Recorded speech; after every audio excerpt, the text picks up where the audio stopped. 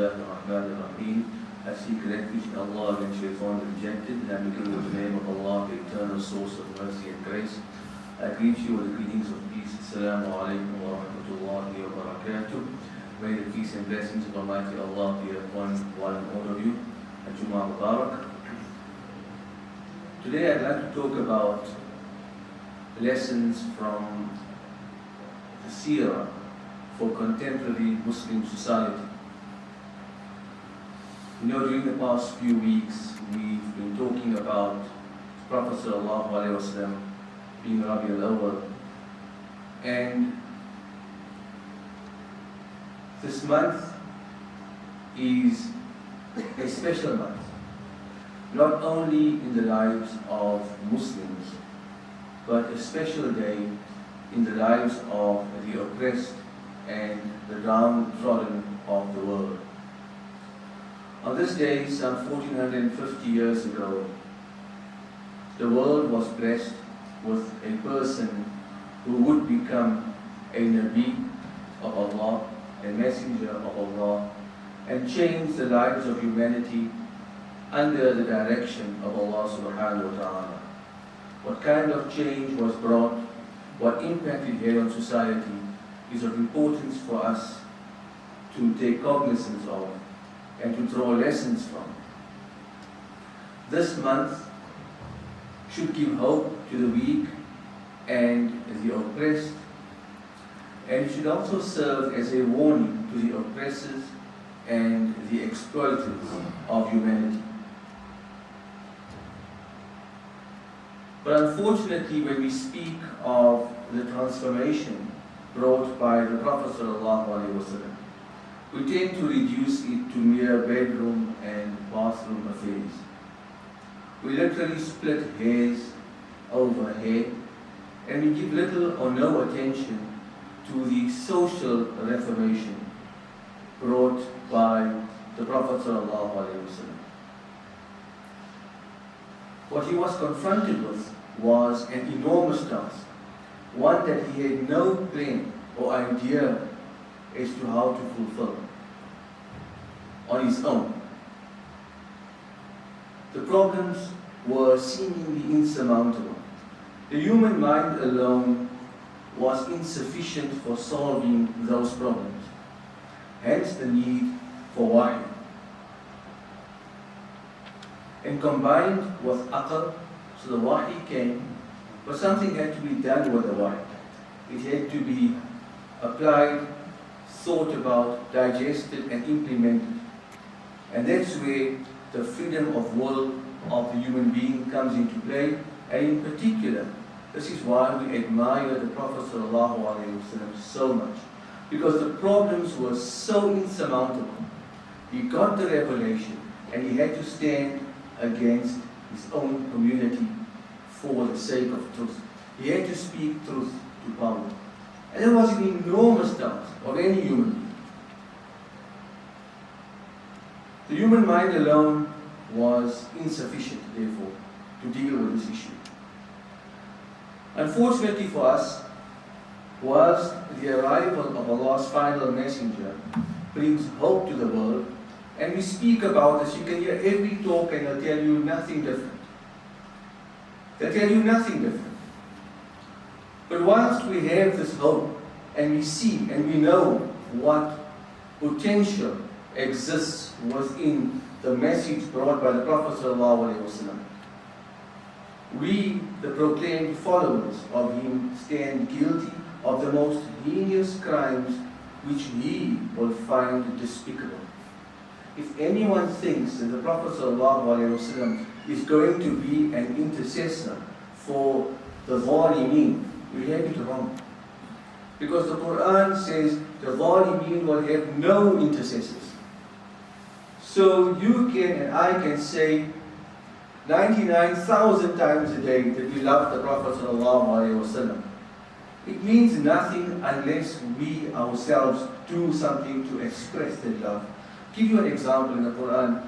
The Prophet ﷺ, Allah predicts, he says, وَقَالَ الرَّسُولِ, talking about the day of judgment, and the Rasul says, Ya Rabbi, O my Rabb, inna qawmi, my community, ittakhadhu, have migrated from the Quran.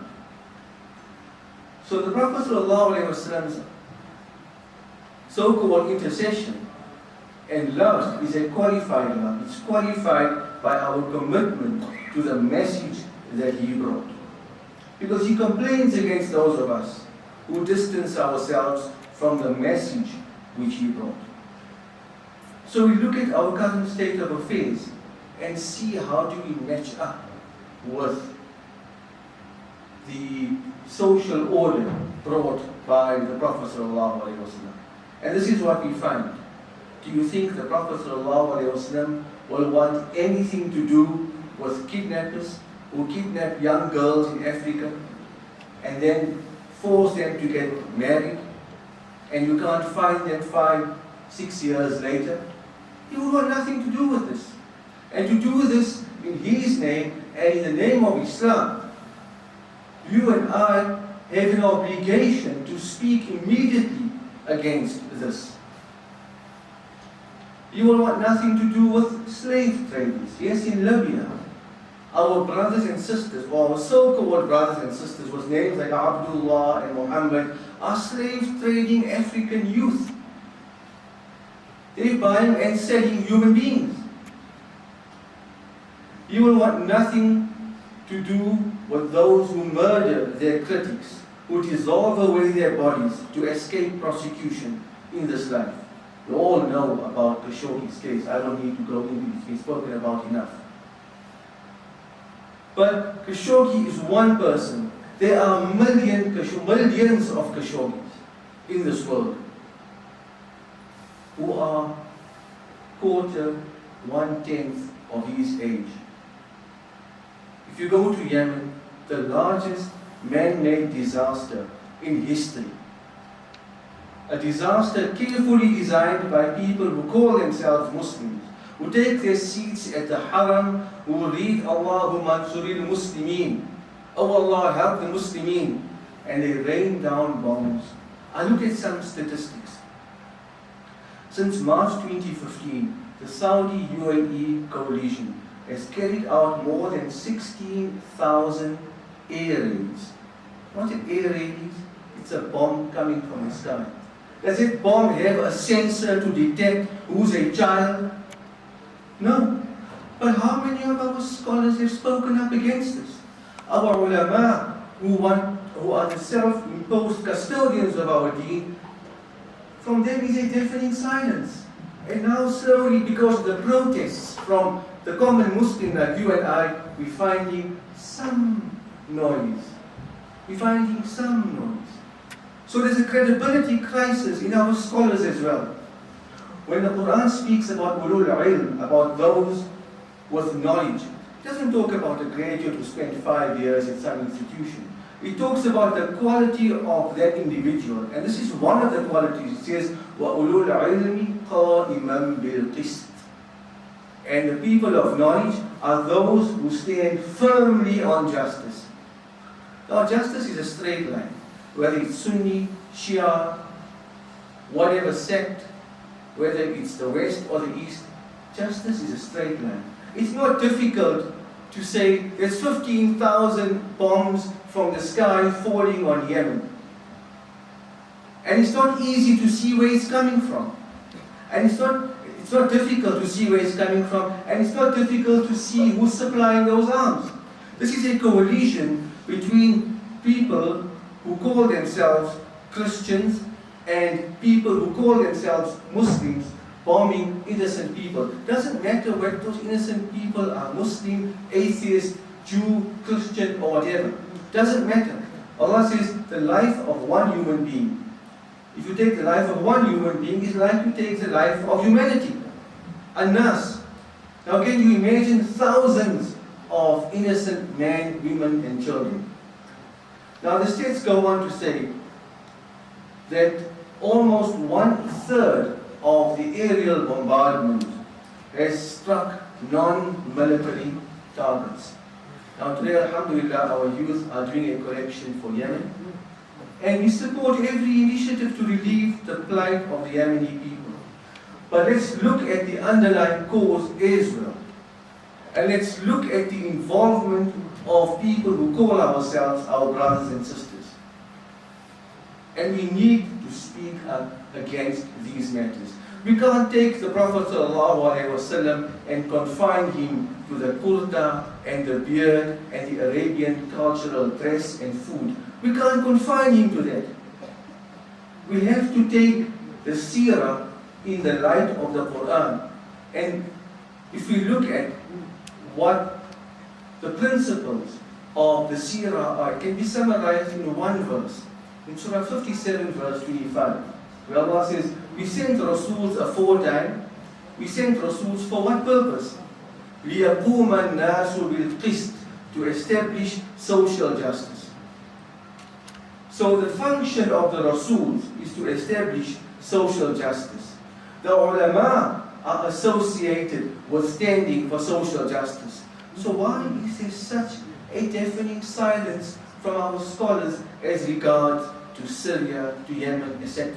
Instead, what they want to tell us, the moment you speak about this, you'll hear the response, and the response is something like, do you know the Shia threat? Oh, where is the Shia threat? The Shia threat is an intellectual threat, a threat that you and I can raise through a proper understanding of the Quran and debate those issues intellectually.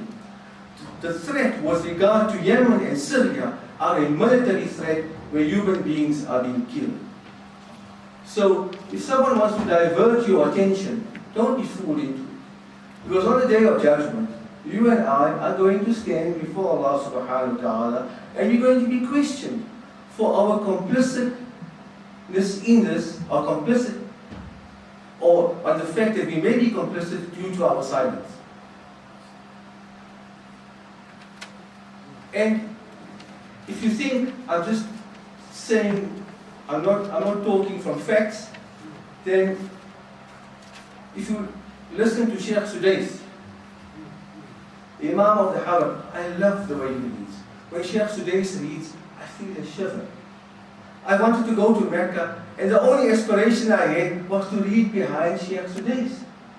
It was a tune. If you understand and you appreciate Arabic tune, then you know Imam Sudais is in a league of his own. But Imam Sudais has been in a league of his own when he said that Donald Trump is the ambassador of peace. I know. He's supplying bombs to murder Yemeni children. The American citizens are unhappy with this. The American public are unhappy with this. And you, as an Imam of the Haram of Arabia, want to tell us who the ambassador of peace is. One word. Stick to your tune. That's all you should be doing. You can't pray Allahumma ansur al-Muslimin and want us to believe that you actually believe in that. And if we don't speak truth to power, then we're not doing seerah. We might as well just stick to doing things in a language we don't understand. And then on the day of judgment, we'll account to Allah subhanahu wa ta'ala for it. Now what I'm saying is not revolutionary.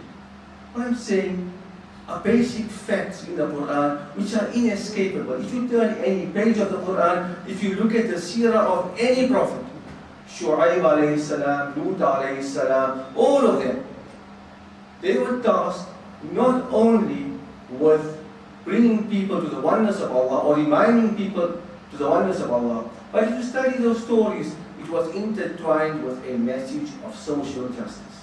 So if our Imams are guilty of this, then we should speak against it.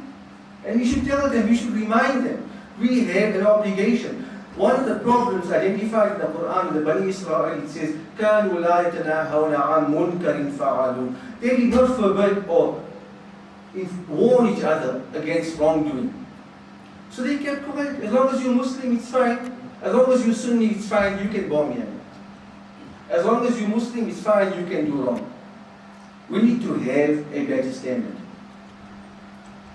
So one must recognize that the revolution that the great messenger ﷺ ushered in challenged the powers that be. Now listen to those outside our deen. Michael Hart says, my choice of Muhammad to lead the list of the world's most famous, influential persons may surprise some readers and may be questioned by others, but he was the only man in history who was supremely successful on both the religious and secular levels. Now, what was Muhammad sallallahu alaihi wasallam inspired by? He was inspired by the Quran. This is what drove him. He's passed on, but is the Quran passed on? Have we buried the Quran? We haven't. George Bernard Shaw, the world is in dire need of a man with the mind of Muhammad. In my opinion, if he was to be given control of the world today, he would solve our problems and secure the peace and happiness which the world is longing for. So this is seerah. This is how we should see the Quran. Unfortunately, we're looking at people like Donald Trump as our ambassadors of peace. Our imams think so, some of them, and none of us have jumped to criticize them for saying that or disagreed with them. So, do we agree with them? You heard of the mother of the bombs. It was dropped in Afghanistan. The noise alone could kill people. That even the Pope came out and spoke against us and said, how can you use the word mother and associate it with a bomb? Was there any criticism from any Muslim leader about this? And then to call him the ambassador of peace. And when we look at Makkah before Nubuwwat, a few extremely wealthy, there were islands of wealth and oceans of poverty. From there came slavery, from slavery came concubines and the abuse of human rights. Religion, what was religion before the Prophet ﷺ, before the Quran? The deen of the Arabs was based on idolatry and superstition. Now look in our culture as well, what's creeping in? Superstition. You can't do this in this month and you can't do this on that day, etc. And none of this is found in the Quran. If Allah told us we can't do this, yes, we can't do it. We've paralyzed ourselves with those types of superstition. They believed in witchcraft. Oh, witchcraft's a big thing. I've seen families being divided because when you go to the small Isa, he looks in the water and most times he's accusing the in-laws. So within the family, there's generational warfare or it disrupts family life completely. This is the work of shaitan. The next time any of you go there, take out the Quran and tell the person to put his hand by the Quran and swear the curse of Allah will follow him if that is not true. And you'll see how many of them actually make those accusations. Economics, Makkah was reduced to a mere economic tool to enrich the Quraysh. What's happening with the Hajj visas today, the Umrah visas? It's becoming a tool to enrich the families who rule over the Haram, who use those funds to kill our brothers and sisters in Yemen. You can't keep quiet about this. In general, society was devoid of a system of law and order. The Prophet ﷺ was a noble son. They loved him. They loved the Prophet ﷺ. Before revelation, what did they call him? Al-Amin As-Siddiq. Before revelation. The Quran tells him, it is not you, O Muhammad, whom they dislike. It is the message. So he came with the truth, and the truth was uncomfortable for those in power.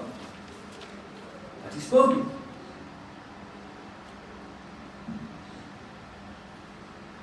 The call to prophethood. Now if you look at Makkah, historically, Makkah was a center for the oneness of Allah subhanahu wa ta'ala. And Ibrahim alayhi salam is asked to raise the foundation of the Kaaba to ensure that the oneness of Allah is preserved. That the Kaaba serves as qiyamah lin-nas, where, in other words, human rights are protected. In other words, humanity, it's a place that will keep humanity in support. Today, what's happening? Under the Prophet ﷺ, Makkah was the eye of the world. Everyone seen it as a place, a sanctity of, or a sanctuary secure. Today, you get afraid. If you're going to talk against them, your body might be dissolved in acid and dumped down a drain. They're not going to find you. But some of us tend to forget that on the day of judgment, Allah subhanahu wa ta'ala will put us back by our very fingertips and will give evidence against whatever. So it doesn't matter how much acid you use and get dissolved. On the day of judgment, those things are going to get exposed. But we have an obligation in this life to speak truth to power. So the Prophet ﷺ had no idea that he's going to be a prophet. In Surah 42, verse 52, in other words, he wasn't planning for the social revolution. It says, and thus have we, by our command, sent inspiration to you. You knew not what was revelation or what was Iman, but we have made the Quran as a light, wherewith we guide such of our servants as we will, and verily you guide men to a straight way. And hence the first verse that was revealed ushered in a change of mindset. It brought about an intellectual revolution where it lasted for so long that Muslims became the contributors of virtually every science in the world. They were at the forefront. Even the robe, the thobe. When you graduate, you wear a thobe. This was people wanting to associate with intelligence, and intelligence was associated with Arabs. This was their cultural dress, adopted by the West. So you've graduated, you become a person of knowledge, wear the robe. We don't even know this. We don't know what we contributed to the advancement of humanity. But having said so, we must bear in mind that the Arabs dressed in a certain way. They enjoyed certain food. They enjoyed certain cultural practices. These were their cultural practices. And these cultural practices are not given as law in the Quran. It is not these practices that made the difference between Iman and Kufr. But what made the difference was the observance of the divine commandment. Hence the Prophet ﷺ is frequently described as the walking Quran. And his complaint is against those who distance themselves from the Quran. So in my humble opinion, if you really truly want to celebrate and express the love of the Prophet ﷺ, then we should measure that by looking at our distance from the Quran. If you don't understand what's in the Quran, and if you're not practicing what's in the Quran, then the distance is wider and wider between ourselves and the Prophet ﷺ. Saying we love him is one thing, but expressing that love through the way he wants us to express it is another thing. May Allah subhanahu wa ta'ala grant us the wisdom to see the difference between the two. Assalamu alaikum wa rahmatullahi wa barakatuh.